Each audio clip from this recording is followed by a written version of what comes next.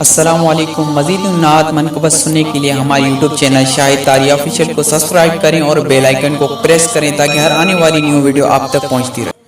मुझो पीर दस्तगीर वलियन जो वलिया, मुझो पीर दस्तगीर वलियन जो वलिया, असाबे उनिया जे, असाबे उनिया जे दरजो नजलिया,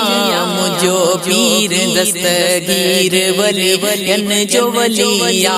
मुझो पीर दस्तगीर वलियन जो वलिया, असाबे उनिया जे, असाबे उनिया जे दरजो नजलिया, मुझो पीर दस्तगीर वलियन जो वलिया,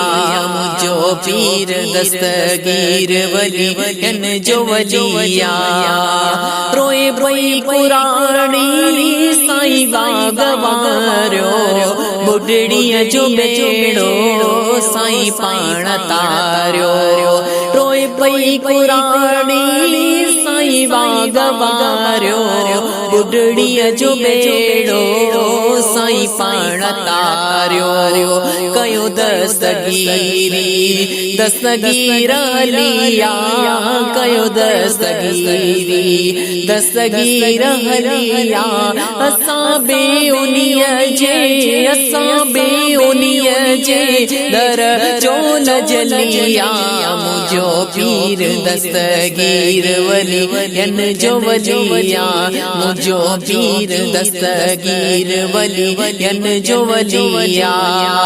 अम्मा जे बदन में हुयो पाण प्यारो, कुरान जो जे कड़ियो खत्म सारो, अम्मा जे बदन में हुयो पाण प्यारो, कुरान जो जे कड़ियो खत्म सारो, हसनी हुसैनी औलाद अलिया, हसनी हुसैनी औलाद अलिया, असाबे उनिया जे, असाबे उनिया जे दरजो नजलिया, मुझो पीर दस्तगीर वलियन जो वलिया, मुझो पीर दस्तगीर वलियन जो वलिया,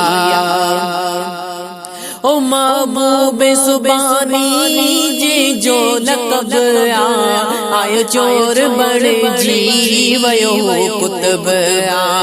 महबूब सुबानी जे जो लक़ब आयो चोर बड़े जी वयो कुतुब, उनी गौस जी मां कल यारी मनिया, उनी गौस जी मां कल यारी मनिया, असाबे उनिया जे, असाबे उनिया जे दरजो नजलिया, मुझो पीर दस्तगीर वलियन जो वलिया,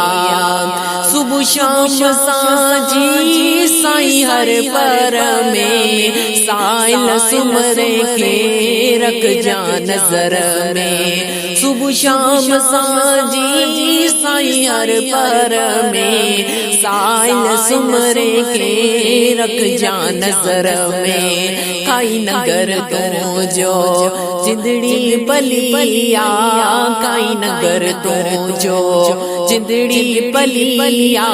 असाबे उनिया जे, असाबे उनिया जे दरजो नजलिया, मुझो पीर दस्तगीर वलियन जो वलिया।